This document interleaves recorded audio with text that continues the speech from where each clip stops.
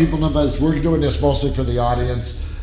Your court case, which went to the Supreme Court of Canada, about making a joke about Jeremy Gabriel, the young kid. Just explain it for the audience and some of the people don't know. He was a little kid who was he was famous in French Quebec. He sang for the Pope and opened for Celine Dion and sang the national anthem at the Habs. At one of the Habs games, and came out with a couple of albums and the whole thing. And I had a joke about him in a special from like 10 years ago. Yeah. And the Human Rights Commission contacted me and told me they didn't tell me, hey, can you stop doing the joke? I got a letter in the mail that said, you owe $85,000 to this kid's family. Excuse me? So right away I was like, fuck you. Like, if someone had contacted me to say, hey, this little kid is sad that you're making fun of him, I would have felt like shit and I wouldn't have done the joke. But telling me, give me money, I was like, fuck you. So I knew who Julius Gray was, but I still asked around. I was like, who's the best free speech lawyer in Canada? Everyone told me Julius Gray. So I met Julius Gray. I told him about the letter, and he was like, that's a number, like 85,000 is a weird number, because if you ask $1 million, they know that you're going to go to court. You'll be like, fuck you, we're going to court.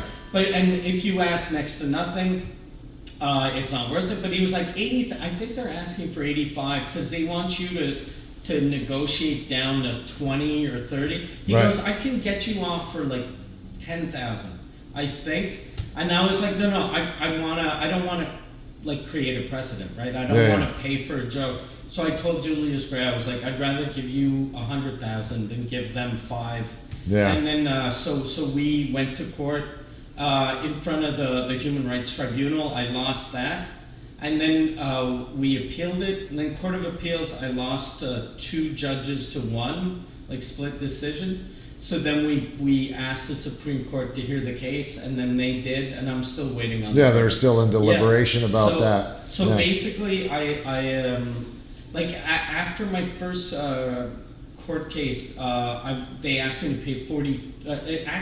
It went down to 35,000 that I had to pay. But it's cost me like 300,000 in legal fees. So it's cost me 300,000 to not pay 35. Which is, business-wise, it's horrible, but it was just, I didn't want to be that guy that created precedent. And since I lost, I was that guy that created the precedent. So now I just want to... Now, how does this change? I mean, a lot of comedians, I'm sure, in North America are keeping their eye on this. Yeah. Do you think there's going to be a change or a shift because of that as far as jokes go? I don't know. I think, like I was talking to Ari Shafir, and he told me, he said that like comedians that like to offend are gonna keep on offending. Keep going. And some comedians might even go like, fuck you, if that's how Canada is, every time I go to Canada, I'm gonna go even harder. So I don't think, the only thing I'm worried about is for, like, I was lucky that, and I ran out of money during the court case, but I was lucky that I was in a place financially that I could fight it. But I'm just worried now that if this creates a precedent, then some open micer or some comic that's been in it for like a couple years that doesn't even have a checking account is going to get sued. And then they'll be like, okay, I have to declare bankruptcy and quit comedy.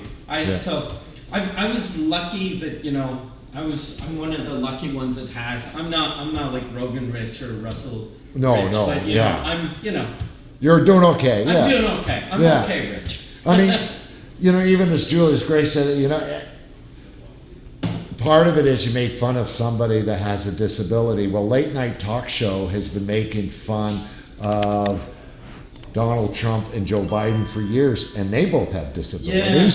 So I didn't even make fun of the kid's disability. I made fun of the fact that because he was portrayed in the media as kind of a kid that was dying of something. Yeah. And the joke was he came out with an album, he did this.